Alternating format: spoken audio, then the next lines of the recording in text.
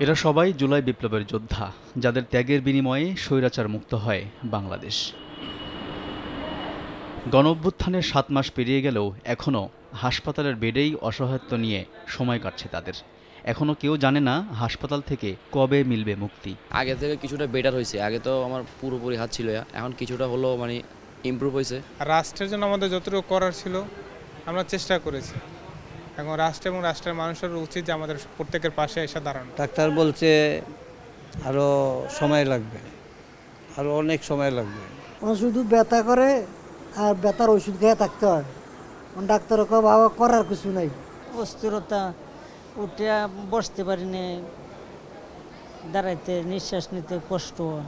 ইতিমধ্যেই জুলাই আন্দোলনে শহীদ পরিবার ও আহতদের পাশে দাঁড়িয়েছে অন্তর্বর্তী সরকার। সহযোগিতার হাত বাড়িয়েছে রাজনৈতিক দলগুলো। এবার বিএনপির ভারপ্রাপ্ত চেয়ারম্যান তারেকুর রহমানের নির্দেশে জুলাই বিপ্লবের শহীদ পরিবার ও আহতদের পাশে দাঁড়িয়েছে জিয়াউর রহমান ফাউন্ডেশন।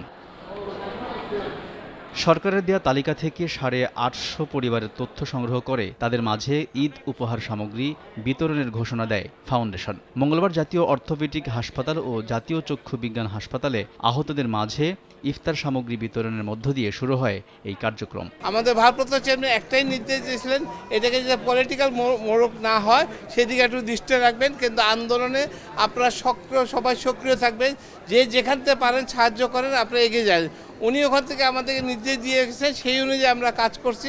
অকুতোভয় ছাত্র জনতার দুর্বার প্রতিরোধে অবসান হয়েছে শেখ হাসিনার ফ্যাসিবাদী শাসনের। তাই সবারই তাদের পাশে দাঁড়ানোর উচিত বলে মনে করেন ফাউন্ডেশনের নির্বাহী পরিচালক। গত 17 বছর 16 বছর স্বৈরাচারী হাসিনা বিরুদ্ধে আন্দোলন করতে যারা আহত হয়েছেন, যাদের পঙ্গু হয়েছেন, তাদের কারো হাত কারো পা এগুলো আমরা আগেও লাগাইছি, এখনও আমরা ইনশাল্লাহ এনাদের যাদের প্রয়োজন হবে আমরা লাগাবো।